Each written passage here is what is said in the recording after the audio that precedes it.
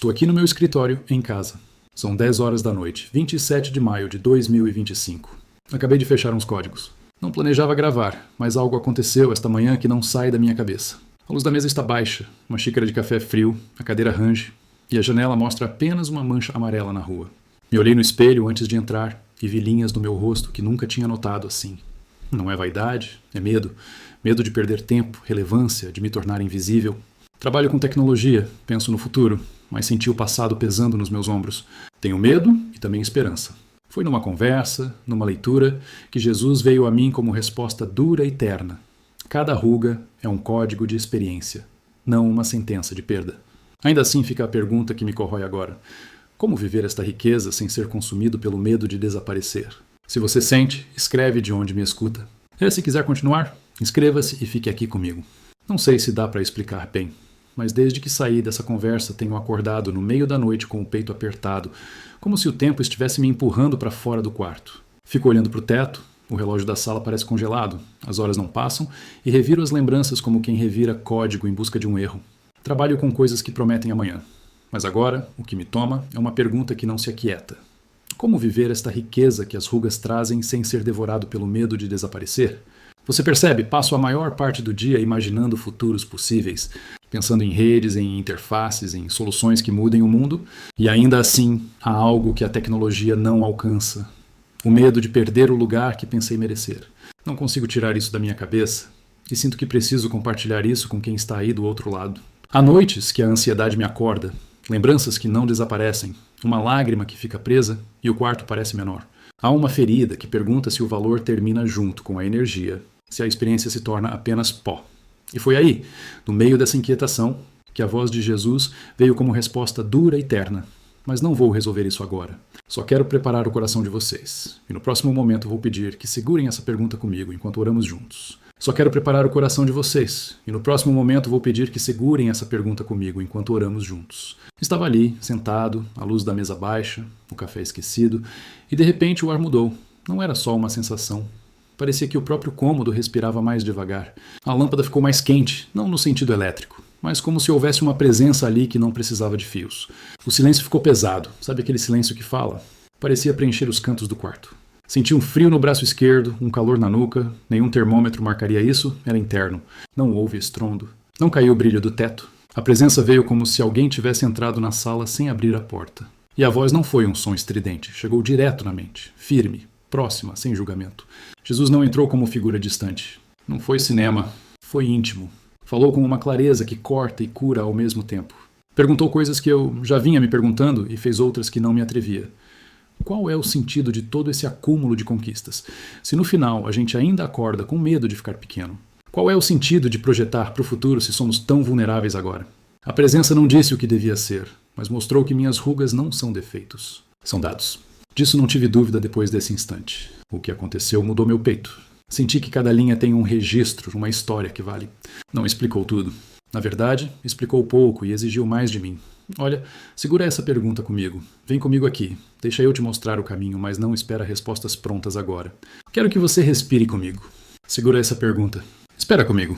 Vamos abrir esse lugar no coração juntos e, no próximo momento, vamos orar. E não vou resolver tudo para você agora. Respirei. A voz então começou a falar em princípios.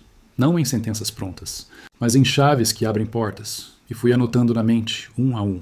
Primeiro princípio, sua pele é um mapa. Quando toquei meu rosto no espelho, pensei em perda. A voz disse que cada sulco é coordenada de vida. Na prática, isso me tirou do espelho do medo e me colocou diante das entradas do meu próprio mapa. Para o coletivo, significa que envelhecer é compartilhar caminhos e não reduzir história. Senti alívio, como se um peso tivesse se deslocado do meu peito. Segundo princípio, a experiência é memória ativa, não é arquivo morto.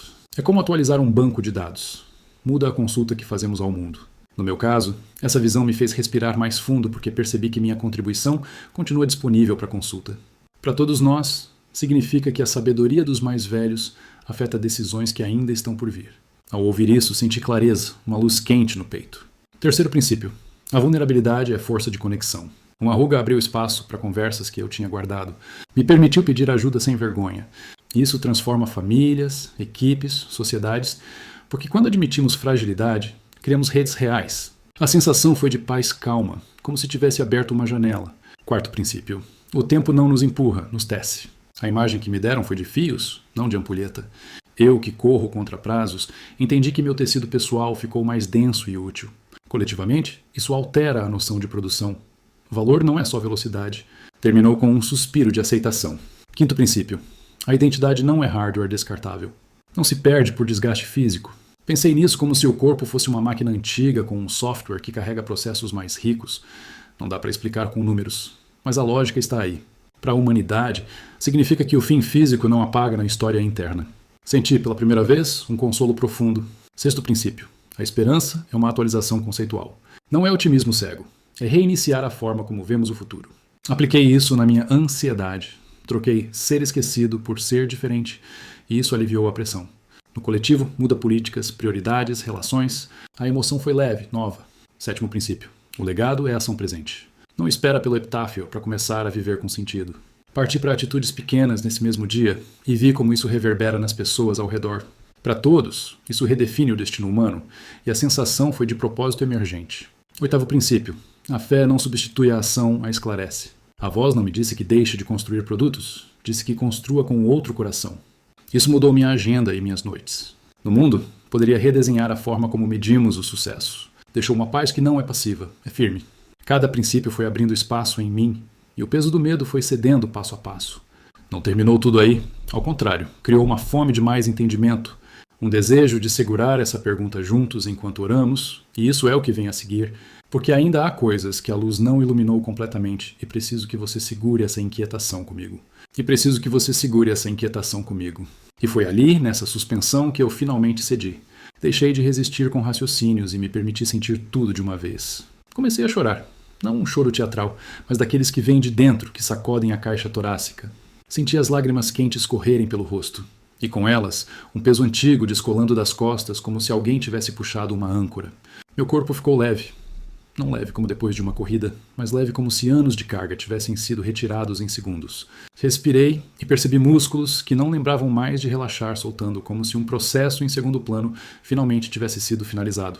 Na cabeça veio uma imagem simples. Corrigir um bug antigo, apagar um arquivo que travava o sistema da alma, nada dramático, apenas um reset que libera recursos. Eu estava ali, deitado na cadeira, pensando em Deus de um jeito que não faço sempre. E na verdade, eu orei, não para uma abstração, mas para Jesus. Sei como isso soa vindo de mim. A oração não foi mágica, foi entrega, palavras curtas, honestas e depois silêncio que resolve mais do que voz. Não resolvi tudo. Não era para resolver agora. Só sei que algo mudou por dentro, abriu uma fresta onde posso respirar melhor e quero que você guarde essa sensação comigo. Porque nos próximos minutos vamos aprofundar essa entrega juntos e não pretendo fechar essa porta ainda. Talvez você também carregue esse peso. E eu quero falar com você assim, como quem encosta no sofá e não finge que tudo está bem. Talvez você tenha noites em que a casa parece grande e o peito pequeno. Talvez a solidão bata à porta quando as luzes se apagam, quando os filhos não ligam, quando os amigos viram agendamento. Talvez a traição tenha rasgado algum papel que você achava indestrutível. Casamento, parceria, confiança de trabalho. E você ficou desconfiado até de si mesmo. Talvez a perda tenha deixado salas vazias e datas que doem no calendário. Talvez o medo da morte apareça como um sussurro no meio da madrugada, perguntando se ainda há tempo para concertos. Talvez a culpa te visite sem aviso, trazendo memórias que não cessam de tocar o mesmo disco. Eu sei como isso pesa, porque vejo esses sinais em mim. Acordar com o coração acelerado, revisar conversas antigas, sentir que cada conquista foi apenas ilusão. Não estou aqui para dizer que tenho a fórmula pronta. Estou aqui porque as coisas que aconteceram comigo podem servir para você. Não são apenas palavras bonitas, são convites para a transformação real. Quando Jesus falou comigo, não ofereceu um atalho. Ele abriu chaves práticas. Isso se aplica a você de formas simples e concretas. A primeira ideia é nomear o que dói. Diga em voz alta. Para si ou para alguém. Estou sozinho. Fui traído, perdi alguém, tenho medo, me sinto culpado. A nomeação tira parte do poder daquilo que corrói no escuro. Segundo, transforme experiência em ato. Escolha uma pessoa jovem ou alguém que precisa da sua opinião e compartilhe uma história curta de erro e aprendizado. É um jeito de fazer seu mapa ser útil. Terceiro, permita pedir perdão e perdoar. Isso não apaga tudo, mas libera espaço para respirar. Quarto, reescreva pequenas rotinas. Mande uma mensagem que você vem adiando, volte a um hobby que acalme, crie um ritual noturno que não envolva telas. Não são soluções milagrosas, são passos que alteram a arquitetura interior. A pergunta não é quando o medo vai embora. A pergunta é o que você faz com esse medo enquanto ainda está aqui. E sim, Deus não promete caminhos sem valentia. Ele nos convida a viver com sentido, mesmo no medo. Eu sei que pode parecer pouco diante da magnitude do que você sente, mas é assim que se começa. Com atos que parecem mínimos e que vão mudando o sistema. Quero que você segure essa inquietude comigo. Nos próximos minutos vamos orar juntos, mas antes quero que sinta. Você não está isolado nessa dor, e há possibilidades de reviravolta que não dependem apenas da sua força. Ainda não vou fechar esse capítulo. Quero preparar o terreno para a oração que vem, para que a gente entre nela com clareza e sem pressa. Segura essa pergunta comigo e vem. Nós vamos caminhar essa parte juntos. Segura essa pergunta comigo e vem. Nós vamos caminhar essa parte juntos. Feche os olhos por um momento. Para vocês que estão assistindo e enfrentando perdas ou noites sem sono, eu quero que entendam uma coisa. Eu vejo essa angústia. Agora, deixe-me falar diretamente com aqueles que podem estar pensando. Tá, mas você não conhece minha situação. Eu não conheço todos os detalhes, mas quero acompanhar sua dor. Oremos juntos, agradecemos pela revelação que nos alcançou, pela clareza que traduz medo em mapa. Pedimos transformação para que nossas rugas se tornem ação dócil e coragem prática. Abrimos esperança para um futuro tecido de sentido e presença. Que a paz nos envolva agora e acalme nosso peito. Se quiser seguir aqui, inscreva-se, comente e curta para a gente continuar. Cada ruga é código de experiência.